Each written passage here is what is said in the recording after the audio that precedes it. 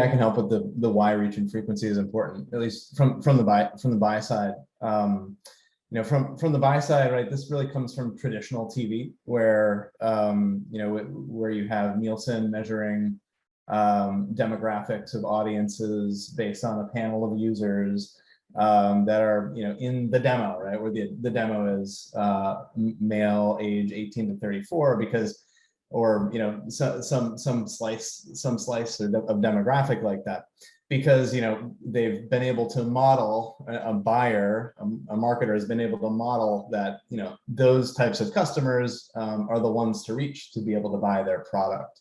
The nice thing about the world of CTV is we can actually start to do things like control reach and frequency versus just kind of measure where it comes. But as Steve said, it's really important to have like a really solid foundation of metadata, or knowing exactly who your audience is, to be able to control it. And there's a lot of fragmentation of data across the ecosystem, which isn't really getting better with the way privacy regulations and device identifiers are going. But from a buy side, it's something we focus on every day. The supply chain and like how we all operate isn't a one-way path to an advertiser. An advertiser can have has multiple agencies. So the same brand could have multiple direct IOs inside of Viacom CBS. It could be coming in through Roku OneView via a different agency in a different path. It can be an inventory share relationship. It can be a reseller. It can be a PMP.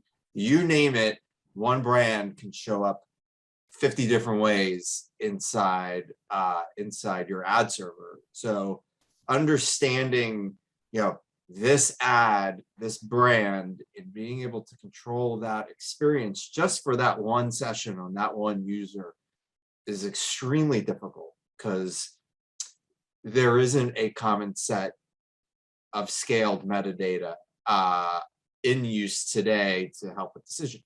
Ad ID is absolutely a big step in that right direction, because ad ID is a universal metadata element of advertising. The agency, the brand, the length, the actors, the category. So it's great to have if the buy side used it everywhere. It's still early days. There are other 3-letter big networks that are saying, if you want to run on me, you have to use it. And I think it's gaining adoption. It's still not directly integrated into the brain of the ad server to use it. And then also in conjunction with that, the buy side doesn't actively use it. Sometimes they don't even know what it is.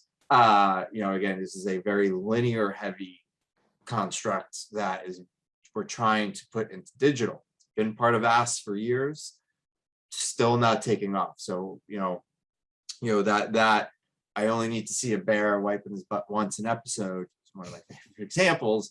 It's hard to control that when that brand is coming through so many different channels and there isn't a common set of metadata, and not every system talks to every system.